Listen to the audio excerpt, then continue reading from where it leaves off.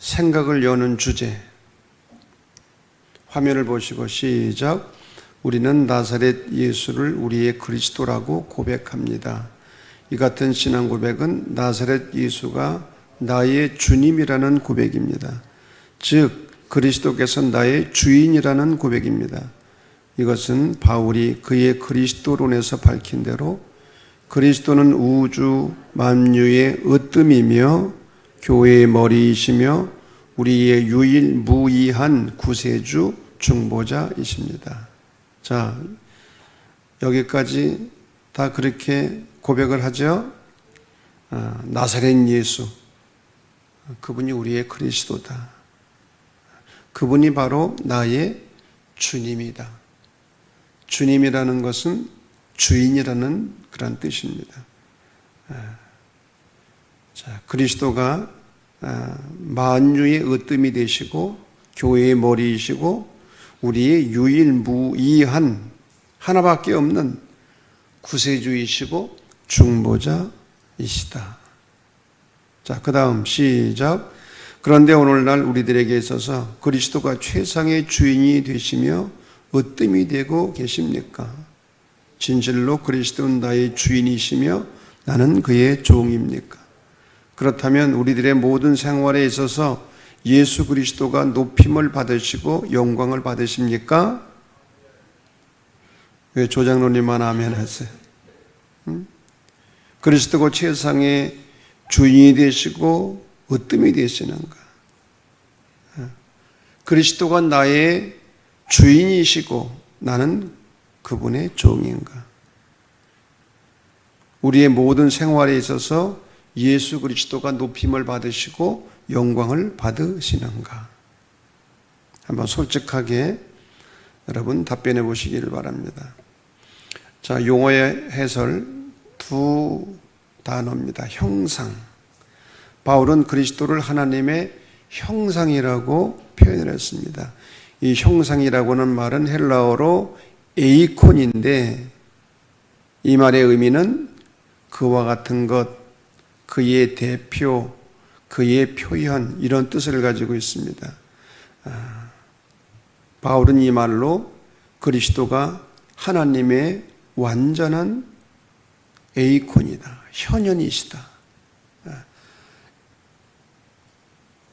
그리스도는 우리들에게 하나님을 보여주시는 그런 분이라는 거예요. 그래서 예수님 말씀하셨죠. 나를 본 자는 아버지를 보았거늘. 우리가 하나님을 알기 위해서는 예수님을 알아야 되는 거죠. 그리스도는 하나님의 완전한 형상이고 현현이시다. 그리스도를 통해서 하나님이 어떤 분이시니 다 보여주신 거죠. 자, 두 번째, 초등학문이라는 말이 2장 8절에 나오는데 시랍어로 스토이케이아. 이 말은 문자적으로 한 줄로 서는 것, 그런 의미가 있는데 모든 일의 초보적인 가르침, 그런 뜻을 가지고 있습니다. 초보적인 가르침. 자, 시대적 배경입니다. 우리가 성경을 이해하려면 그 시대의 시대적인 배경, 삶의 자리를 아는 것이 중요하다고 했습니다. 자, 골로새라는 지역이 어디에 있는가? 소아시아 중앙 서부에 있죠. 골로새가 보입니까? 안 보입니까? 네. 밤빌리아 위에 있네요. 에베소 바로 옆에 골로새라고 하는 이 지역이 있는데 이 골로새 교회는 누가 세웠다고요? 1장 7절 보면 이와 같이 우리와 함께 종된 사랑하는 에바브라에게 너희가 배웠나니. 에바브라가 골로새 교회를 세웠다는 거예요. 그럼 에바브라가 누구냐? 사도 바울이 에베소에서 몇 년 동안 머물렀다고 그랬죠? 3년 동안을 머물면서 목회를 하고 또 전도를 했는데, 그때 전도를 받아서 교인이 된 사람이 바로 에바브라예요. 그래서 이 에바브라는 자기의 고향인 골로새와 그 주위의 히에라볼리와 라오디게아 교회를 개척한 거예요. 세 교회를 이 에바브라가 개척을 했어요.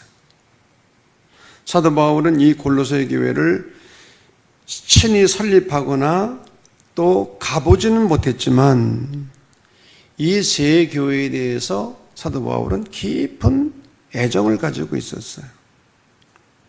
그런데 이 골로새 교회에도 문제가 발생했습니다. 이단 사상이 침투한 거예요. 이단 사상은 주로 세 가지입니다. 유대주의,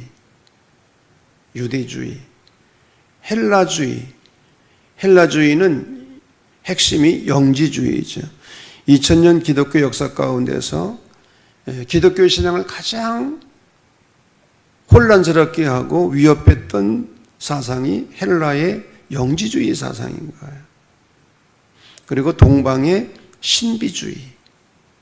이 세 가지 이단 사상이 교회에 침투해서 사도 바울이 전한 복음이 혼합될 위기에 처해 있었던 거예요. 다시 말하면 예수만 믿어가지고 안 된다. 유대주의자들은 율법을 행해야 된다. 할례를 받아야 된다. 또 이 영지주의자들은 특별한 지식을 가져야 된다. 영지주의라는 것이 그런 거예요. 특별한 지식이 있어야 된다. 특별히 헬라 사람들은 지혜를 강조하고 지혜를 소중히 여겼잖아요. 지식이 있어야 되고 특별한 지혜를 통해서 구원을 받아야 된다. 또 신비주의가 뭡니까? 하나님을 직접 만나려고 하는 거예요. 하나님을 직접 직통계시를 하겠다는 거예요. 직통계시. 여러분, 기독교 신앙은 그렇지 않습니다. 오직 하나님께 가는 길은 예수 그리스도를 통해서예요. 내가 곧 길이요 진리요 생명이니 나로 말미암지 않고는 아버지께로 올 자가 없느니라. 우리는 오직 예수 그리스도를 통해서 하나님 앞에 가는 거예요. 예수님을 무시하고 하나님께 직접 가겠다. 이게 신비주의예요. 신비주의는 아주 그럴듯한 이단 사상인 거예요.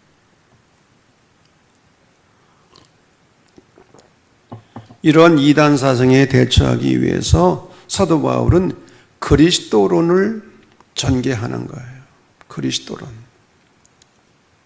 그래서 이 골로새서는 두 부분으로 크게 나눌 수가 있는데 1장에서 2장은 교리편, 3장과 4장은 실천편입니다. 교리편에서는 그리스도론을 논하는 거예요. 그리스도가 누구냐? 그리스도의 신분, 그리스도의 성역을 이야기하고요. 실천편에서는 그리스도인이 어떻게 삶을 살아야 되느냐, 생활을 이야기하고 있는 거죠. 이 골로새서도 사도 바울이 쓴 옥중서신 가운데 하나입니다. 에베소서, 빌립보서, 골로새서, 또 빌레몬서, 또 디모데 전후서, 다 옥중서신이죠. 로마의 옥중에 있을 때 주후 62년에서 63년경에 기록된 것으로 추정이 됩니다. 자, 빌레몬서 한 장밖에 안 된 간단한 편지입니다. 로마의 옥중에 갇힌 바울과 디모데가 빌레몬과 그의 집에 있는 교회, 그래서 가정교회라는 말이 여기서 나온 거예요. 집에 있는 교회, 가정교회입니다. 초대교회는 가정교회였어요. 건물이 없었어요. 이런 예배 처소가, 큰 예배 처소가 없었어요. 가정을 중심으로 교회가 공동체를 형성한 거예요. 그래서 요즘도 가정교회로 돌아가자, 그렇게 주장하는 사람들이 있어요. 가정교회. 이 가정교회는 그야말로 소그룹이죠. 소그룹. 사도 바울이 빌레몬서를 쓴 목적이 뭡니까? 갇힌 중에 얻은 아들 오네시모. 이 오네시모는 빌레몬의 종이었어요. 노예였어요. 그런데 주인으로부터 도망을 친 거예요. 로마로. 그래서 로마에 왔다가 무슨 잘못을 했는지 또 감옥에 갇히게 되었고, 그 감옥에서 사도 바울을 만나게 된 거예요. 사도 바울의 전도를 받고 이 오네시모가 진실한 그리스도인이 되었어요. 그리고 사도 바울에게 있어서는 없어서는 안 될 소중한 존재가 되었어요. 그럼에도 불구하고 사도 바울은 이 오네시모를 다시 빌레몬에게 보내는 거예요. 왜? 본래 빌레몬의 종이었으니까. 그런데 그냥 보내는 것이 아니라 고대 사회에서 도망한 노예는 가장 큰 죄인 중에 하나였어요. 그래서 죽일 수도 있었어요. 그러나 바울은 빌레몬에게 간곡한 편지를 쓰는 거예요. 그를 사랑하는 형제로 영접하라는 거예요. 주 안에서. 주 안에서. 그래서 이 빌레몬서를 가리켜 노예를 해방시키는 해방 선언서다. 그런 말도 있고요. 한 장밖에 안 되는 짧은 편지이지만은 이 편지를 통해서 우리는 사도 바울의 인간미, 또 원숙한 인간상. 여러분, 사람이 인간미가 있어야 되잖아요. 좀 사람 냄새가 나야 되잖아요. 옆에 사람 좀 얼굴 좀 봐요. 좀 사람 냄새가 나는지, 인간미가 있는지. 아니, 인간이 인간미가 좀 있어야지.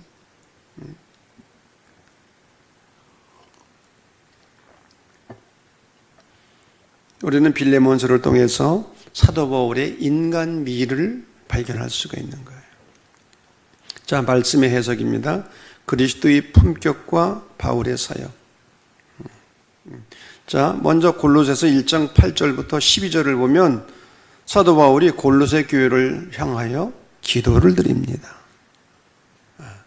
골로새 교회를 위한 바울의 기도. 기도의 내용이 뭐냐? 한마디로 말하면 하나님의 뜻을 아는 것으로 채우게 하소서. 하나님을 아는 것에 자라게 하소서. 여러분, 이 사도 바울의 이 기도가 앞에 어디서 또 나오죠? 에베소서에서 1장에 지혜와 계시의 영을 주사 하나님을 아는 것으로 채우게 하시고 깨닫게 하시고 하나님의 뜻을 알고 하나님을 알게 해달라는 거예요. 여기서 안다고 하는 것은 머리로만 지식으로만 아는 것을 의미하지는 않습니다. 경험을 통해서, 체험을 통해서 하나님을 알고 하나님의 뜻을 깨닫고. 여러분, 호세아 예언자가 외쳤잖아요. 이 백성이 하나님을 아는 지식이 없으므로 망하는도다. 하나님을 알지 못한다는 거예요. 여러분, 우리가 세상 지식을 알기 위해서는 얼마나 애를 쓰고 노력을 합니까? 밤새워 공부하고요. 대학에 들어가기 위해서, 시험에 합격하기 위해서. 그런데 우리가 하나님을 알기 위해서, 하나님의 뜻을 깨닫기 위해서는 얼마나 노력을 합니까? 돈을 벌기 위해서는 안간힘을 쓰면서 우리가 하나님을 알고 하나님의 뜻을 깨닫기 위해서 얼마나 애를 씁니까? 근데 사도 바울은 항상 교회를 위해서 기도할 때마다 하나님을 알고 하나님의 뜻을 알게 해달라고. 이게 사도 바울의 기도의 첫 번째 제목이었어요. 교회를 위한. 그러면서 골로새서 1장 15절부터 17절에 보면 그리스도가 누구이신지, 그리스도가 누구이신지, 그리스도가 누구인가? 보이지 않는 하나님의 형상이다. 15절에 나오죠. 인간은 하나님의 형상을 닮았지만 예수님은 하나님의 형상 자체라는 거예요. 그래서 하나님을 알기 위해서는 예수님을 알아야 되는 거예요. 예수님을 알면 하나님을 아는 거예요. 왜? 보이지 않는 하나님의 형상이기 때문에. 이 형상이라는 말 속에는 초상화라는 뜻이 들어있어요. 초상화. 모든 피조물보다 먼저 나신 이. 먼저 나셨다는 거예요. 여기서 먼저라는 말의 의미는 시간을 두고 한 말이 아니라 위치, 상태를 말하는 거예요. 예수님은 먼저 창조된 분이 아니라, 그리스도는 피조물이 아니라 만물이 창조되기 전에 선재하신 분이라는 거예요. 이것을 신학적으로는 선재설이라고 말합니다. 예수님은 피조물이 아니에요. 우리와 같은 지음받은 피조물이 아니에요. 만물이 창조되기 이전부터 하나님과 함께 계신. 그래서 요한복음 1장 1절 태초에 말씀이 계시니라 이 말씀이 하나님과 함께 계셨으니 이 말씀은 곧 하나님이시니라.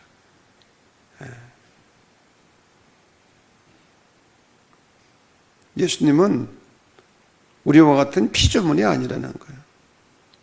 만물이 창조되기 이전부터 선재해 계신 분. 그리고 그분이 만유의 주가 되신다.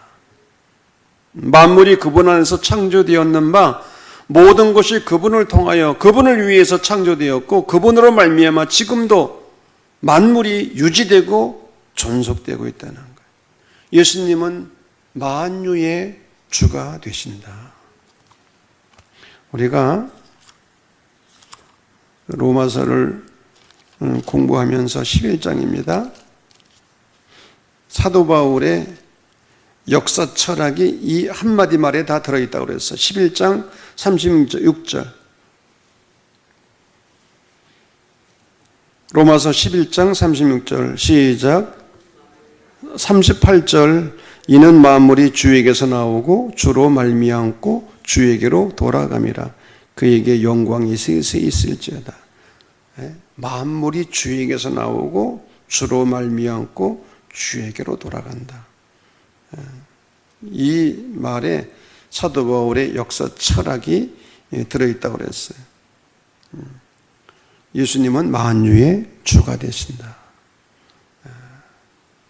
그리고 그분이 바로 교회의 머리가 되신다. 골로새서 1장 18절부터 20절입니다. 사도 바울은 교회를 몸에 비유를 했어요. 교회가 몸이라는 거예요. 머리는 그리스도이고 성도들은 이 몸에 붙어있는 지체들이 돼. 지체들. 그리스도가 머리가 되시고 우리들은 이 몸에 붙어있는 눈, 코, 귀, 입, 손, 발 이런 지체들이라는 거예요. 이것은 무엇을 말합니까? 예수님과 성도들은 긴밀한 유기적 관계를 가지고 있다는 거예요. 서로 뗄 수가 없다는 거예요. 여러분 몸에서부터 우리가 떨어질 수가 있습니까? 포도나무 가지가 줄기를 떠나서 열매를 맺을 수 없는 것처럼 지체된 우리들은 몸을 떠나서는 존재할 수 없는 거죠. 떠나가 그리스도가 교회의 주권자로 절대적인 지배권을 갖는다. 지체들은 머리에 순종해야 돼요. 머리가 명령하는 대로 순종하지 않으면 큰일이 나요. 여러분 머리에 순종하지 않으면 큰일 납니다. 심하면 죽을 수도 있어요. 지체는 각각 기능이 다릅니다. 다 달라요. 서로 돕고 협력해요. 지체는 서로를 방해하지 않아요. 이소부어에 이런 얘기가 나옵니다. 손과 발이 입을 시기했어요. 입은 맨날 맛있는 거 먹고 자기들은 수고만 하고 셈이 나왔나? 자기들은 맨날 맛있는 것만 먹고 손과 발은 고생해서 수고만 하고 그래서 손과 발이 질투심이 생겨가지고 동맹 휴업을 했어요. 그러니까 입이 먹을 수 없게 된 거예요. 입이 먹을 수 없게 되니까 어떤 일이 벌어져요? 손과 발이 맥이 풀려가지고 아무 일도 못하게 되니까. 그러니까 여러분, 입이 맛있는 거 먹는다고 시기하고 질투하지 말아요. 시기해서 질투하고 시기할 문제가 아니라는 거예요. 서로가 다 연결되어 있는 거예요. 자, 골로새서 1장 21절부터 23절을 보면은 우리 예수를 믿는 그리스도인의 과거, 현재, 미래가 들어있어요. 우리의 과거가 어떠했는가? 21절, 전에 악한 행실로 멀리 떠나 마음으로 원수가 되었던 너희를 멀리 떠났다는 거예요. 사이가 틀어졌다는 거예요. 에베소서 2장 1절 표현에 의하면 죄와 허물로 죽었던 너희를, 죄로 말미암아 하나님과의 사이가 틀어진 거예요. 그 결과 하나님과 원수가 된 거예요. 하나님과의 관계가 단절된 거예요. 이것이 인간의 모든 불행의 근원이 된 거죠. 멀리 떠나 마음으로 원수가 되었던 너희. 그런데 현재 어떻게 되었습니까? 예수님의 죽음으로 말미암아 하나님과 화해하게 되었다는 것. 이제는 예수님의 십자가의 죽으심으로 말미암아 특별히 예수님께서 육체로 오신 것을 강조하는 것은 영지주의자들을 의식해서 그들을 비판하기 위한 거예요. 영지주의자들은 예수님이 육체로 오신 것을 부인합니다. 왜? 육체는 악한 것이고 죽어야 될 것이고 심판받아야 될 것이고, 그러니까 예수님은 육체로 오시지 않았다. 영으로 오신 거지. 그러나 그렇지 않다는 거예요. 사도 바울은 예수님께서 육체를 입으시고 우리에게 오신 것을 강조해요. 그래서 우리는 예수 그리스도로 말미암아 23절 말씀 보면 1장 23절 다 같이 시작. 만일 너희가 믿음에 거하고 토 위에 굳게 서서 너희 들은 바 복음의 소망에서 흔들리지 아니하면 그리하리라. 복음의 소망. 여러분, 그리스도인과 비그리스도인의 가장 큰 차이점이 있어요. 그것은 무엇이냐? 미래의 소망이 있느냐 없느냐예요. 장례식장에 가보면 극명하게 대조가 됩니다. 그리스도인은 영원한 소망이 있고 갈 곳이 있는 사람이에요. 하늘의 소망이 있는 사람들이에요. 그러나 비그리스도인은 소망이 없어요. 제가 장례식 위로 예배에 가면 그런 예화를 가끔 듭니다.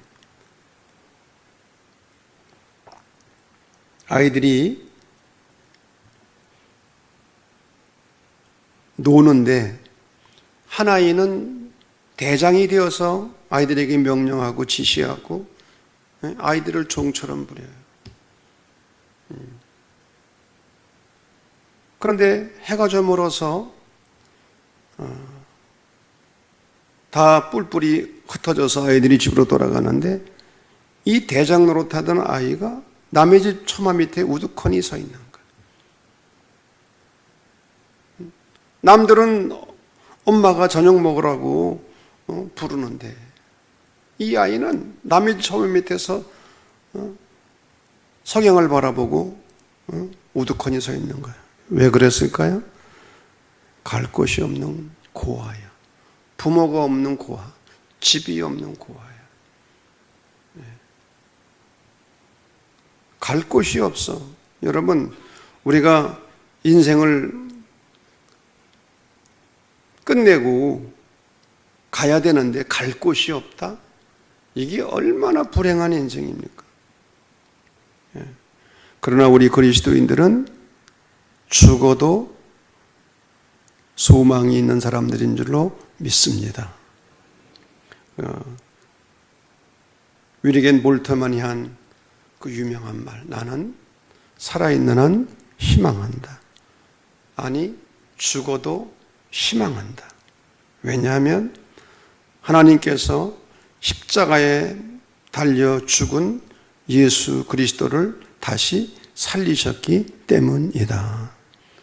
예수님의 십자가와 부활 사건에서 희망을 발견한 거예요. 그래서 이 윌리겐 몰티만을 가리켜 희망의 신학자라고 그래요. 희망의 신학자. 그런 절망 속에서 희망을 발견한 거예요. 자, 두 번째입니다. 두 번째 단락, 이단에 대한 경고. 골로새서 2장에 있는 말씀인데, 아까도 말씀드린 것처럼 골로새 교회 안에는 세 가지 이단 사상이 침투해서 교회를 혼란시켰다고 했어요. 유대주의, 헬라 사상, 그 중에서도 영지주의, 동방의 신비주의. 여러분, 이단이 뭡니까? 이단이라는 말의 의미가 뭐예요? 끝이 다르다는. 처음은 똑같아. 그러나 막 끝이 달라. 그러니까 혼란스러운 거죠. 시작은 똑같아요. 또 가짜가 진짜보다 더 진짜 같아요. 그럴듯해요. 요즘도 기독교라는 미명하에 신천지와 같은 이단들이 얼마나 교회를 혼란시키고 성도들을 미혹합니까? 오늘날 교회와 성도들이 이단의 유혹에 빠지지 않기 위해서는 건강하게 성장하는 수밖에 없어요. 건강한 교회에서 건강하게 성장을 해야 됩니다. 아멘. 건강한 교회에서 믿음이 건강하게 성장을 해야 되는데 중요한 것은 어떻게 성장할 수 있느냐 하는 거예요. 우리가 성장해야 되는데 너희가 그리스도의 장성한 믿음의 분량까지 자라가라고 그랬어요. 성장해야 돼요. 어린아이가 탄생하는 것보다 더 중요한 것은 건강하게 성장하는 거예요. 그럼 우리가 어떻게 영적으로 성장할 수 있는가? 첫째, 생명이 있어야 돼요. 생명이 있는 것만 성장하는 거예요. 생명이 없으면 성장할 수 없어요. 거듭남이란 무엇입니까? 영적으로 다시 태어나는 거예요. 씨앗이 싹이 트는 거예요. 씨앗이 싹이 트지 않는데 물만 부어보세요. 어떻게 되나? 썩어요. 골아서 없어져 버리고 말아요. 생명이 없으면 죽어요. 그래서 물과 성령으로 거듭나는 것이 중요해요. 거듭나는 것이 뭡니까? 예수님의 생명이 우리 안에 들어오는 거예요. 싹이 트는 거예요. 그래서 6절 말씀, 그러므로 너희가 그리스도 예수를 주로 받았으니, 예수님의 생명이 우리 안에 들어오게 된 거예요. 그러면 생명만 있으면 됩니까? 영양을 공급해야죠. 자라기 위해서는 햇빛과 물과 거름이 충분히 있어야 되는 거예요. 우리가 섭취해야 될 영양이 무엇입니까? 말씀의 젖, 하나님의 말씀이지. 하나님의 말씀. 우리가 하루 세 끼를 거르지 않고 꼬박꼬박 먹으면서 영적인 양식은 얼마나 먹는가? 아니, 영적으로 양식을 먹지 않고 어떻게 성장할 생각을 합니까? 세 번째, 건강하게 성장하려면 운동해야 돼요. 2장 6절 그 안에서 행하되. 여러분, 운동해야 돼요. 먹기만 하고 운동만 안 하면 어떻게 돼요? 비만이 생기지. 저도 가끔 시간이 있으면 나가서 무조건 뛰는 거예요, 그냥. 그래야 건강하죠. 잠도 잘 오고, 소화도 잘 되고, 밥만 먹고, 활동하지 아니하고, 방 안에서만 뒹굴뒹굴하면 어떤 일이 벌어져요? 삼겹살만 늘어나는 거예요. 성경 공부 좋은데, 교회 봉사 안 하고 일 안 하면 영적으로 삼겹살만 늘어나는 거예요. 삼겹살만. 여러분, 믿음은 봉사하고 헌신할 때 믿음이 성장하는 거예요. 아멘? 그래도 아멘을 안 할까요? 삼겹살만 늘어나도 운동해야 된다니까. 봉사하고 헌신해야 된다니까요. 네 번째, 병이 없어야 돼요. 아무리 영양을 섭취하고 운동을 해도 병이 있으면은 별 수 없어요. 별 수 없어요.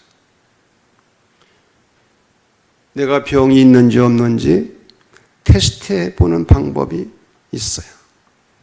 내 신앙이 건강한지 건강하지 않은지 테스트하는 방법이 간단해.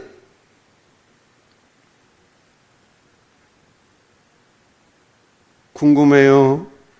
궁금하지 않아요? 간단해. 내 마음속에 감사가 있는가? 그럼 건강한 신앙이에요. 병이 없는 거예요. 감사보다 원망과 불평과 한숨이 많으면 병든 거예요. 어디 여러분들은 건강한지 병이 들었는지 한번 테스트 해보세요. 내 마음속에 정말 감사가 많은가? 아니면 감사보다는 불평과 원망과 한숨이 더 많은가? 3장에 보면 위의 것을 생각하라. 위의 것을 찾으라고 사도 바울이 권면합니다. 3장과 4장은 그리스도인의 생활이라고 그랬어요. 자, 먼저 그리스도인이란 누구인가? 3절 말씀 보면 이는 너희가 죽었고 그리스도인이 누구냐? 그리스도와 함께 옛사람이 죽었다는 거예요. 예수님과 함께 옛사람이 죽었다. 더 나아가 그리스도와 함께 살았다. 예수와 함께 죽고 예수와 함께 산 자가 그리스도인입니다. 그리스도인은 그리스도와 함께 영광을 누릴 사람이다. 4절이죠. 그러면 그리스도인은 어떻게 살아야 되는가? 위의 것을 생각하라는 거예요. 위의 것. 땅의 것과 반대되는 거예요. 하나님과 하나님께 속한 것. 눈에 보이지 않는 것. 그리스도인은 하나님과 하나님께 속한 것, 눈에 보이지 않는 것, 이것을 추구하고 생각하며 살라는 거예요. 그리고 땅에 있는 것들을 죽이라는 거예요. 죽여야 될 것들이 뭡니까? 개인적인 죄악, 음란, 부정, 사욕, 악한 정욕, 탐심. 탐심은 우상 숭배라고 그랬습니다. 있는 것으로 만족하지 아니하고 더 많이 가지려는 열망. 항상 좀 더 하며 원하는 죄. 자기 만족이 없어요.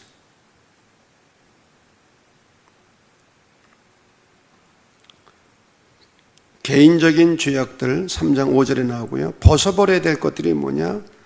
사회적 죄악들입니다. 이웃과 공동체에 해를 끼치는 죄악들, 분한 생각, 분내는 일, 악성 감정이죠. 노여움, 화를 내요. 악의, 남에게 해를 끼치려는 악한 기질, 비방, 중상모략, 부끄러운 말, 거짓말. 이런 것들을 죽여야 된다는 거예요. 그리고 벗어버려야 된다는 거예요. 그러면서 구체적으로 12절부터 3장 12절입니다. 우리 다 같이 3장 12절부터 한 목소리로 읽겠습니다. 시작. 그러므로 너희는 하나님이 택하사 거룩하고 사랑받는 자처럼 긍휼과 자비와 겸손과 온유와 오래 참음을 옷 입고 누가 누구에게 불만이 있거든 서로 용납하여 피차 용서하되 주께서 너희를 용서하신 것 같이 너희도 그리하고 이 모든 것 위에 사랑을 더하라. 이는 온전하게 매는 띠니라. 그리스도의 평강이 너희 마음을 주장하게 하라. 너희는 평강을 위하여 한 몸으로 부르심을 받았나니 너희는 또한 감사하는 자가 되라. 그리스도의 말씀이 너희 속에 풍성히 거하여 모든 지혜로 피차 가르치며 권면하고 시와 찬송과 신령한 노래를 부르며 감사하는 마음으로 하나님을 찬양하고 또 무엇을 하든지 말에나 일에나 다 주 예수의 이름으로 하고 그를 힘입어 하나님 아버지께 감사하라. 아멘. 벗어버려야 될 것들을 벗어버리고 죽여야 될 것들을 죽이고 그리고 우리가 옷 입어야 될 것들, 우리가 추구해야 될 것들, 이것들을 추구하며 살아가라고 하는 것이죠. 믿는 사람의 인간관계, 빌레몬서입니다. 이 빌레몬서에는 앞부분 1절부터 7절까지는 빌레몬의 믿음과 사랑이 소개되어 있고요. 이 빌레몬이 사도 바울을 통해서 그리스도인이 됐는데 참 믿음의 사람, 사랑의 사람이 된 거예요. 그리고 오네시모를 위한 바울의 변호, 아까도 말씀드린 것처럼 갇힌 자 중에 내가 나았다. 옥중에서 전도를 해서 오네시모를 하나님의 아들로 만든 거죠. 그래서 옥중에서 낳은 아들이다. 전에는 내게 무익하였으나 이제는 나와 내게 유익하다. 너와 내게 다 유익하다는 거예요. 바울은 오네시모가 자신에게 심장과 같이 필요한 존재이지만 본래 빌레몬의 종이었기에 돌려 보낸다는 거죠. 그러므로 사도 바울은 빌레몬에게 말합니다. 나를 용납하는 것처럼 오네시모를 용납하라. 종 이상 사랑받는 형제로 두라.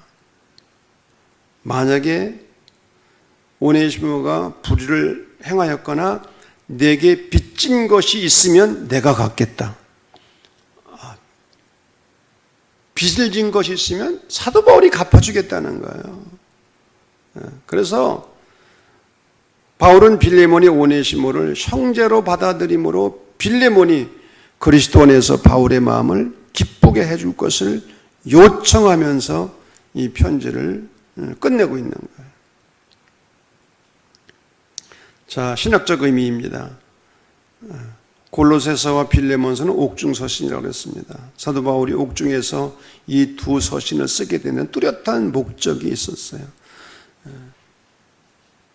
에베소서의 핵심이 교회론이라고 한다면 이 빌레몬서의 핵심 주제는 그리스도론입니다.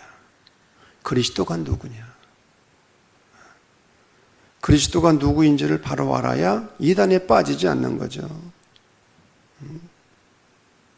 그리고 빌레몬서의 주제는 용서하는 사랑입니다. 바로 이 사랑이 하나님의 사랑이죠. 오늘도 우리는 하나님의 용서하시는 사랑, 그 사랑 때문에 마치 탕자가 아버지의 집으로 돌아갈 때 아무런 조건 없이 있는 모습 그대로 아버지가 받아주신 것처럼 하나님의 이 용서하시는 사랑 때문에 오늘 우리는 하나님의 자녀가 되고 하나님의 백성이 되고 또 여기까지 온 것이죠. 자, 성찰과 나눔입니다. 화면을 보시고 다 같이 시작. 모든 피조물은 예수 그리스도에게서 그로 말미암아 창조되었고 그를 위하여 창조되었습니다. 그리스도는 창조의 근원이 되시며 따라서 그를 믿는 모든 자들은 그 안에서만 삶의 의미를 발견할 수 있고 그의 속죄로 말미암아 하나님과 화목하게 됩니다. 우리의 삶이 오직 이 우주의 주관자이시며 구원자 되신 그리스도에게 향할 때만이 구원과 참된 평안에 거할 수 있음을 숙고해야 할 것입니다.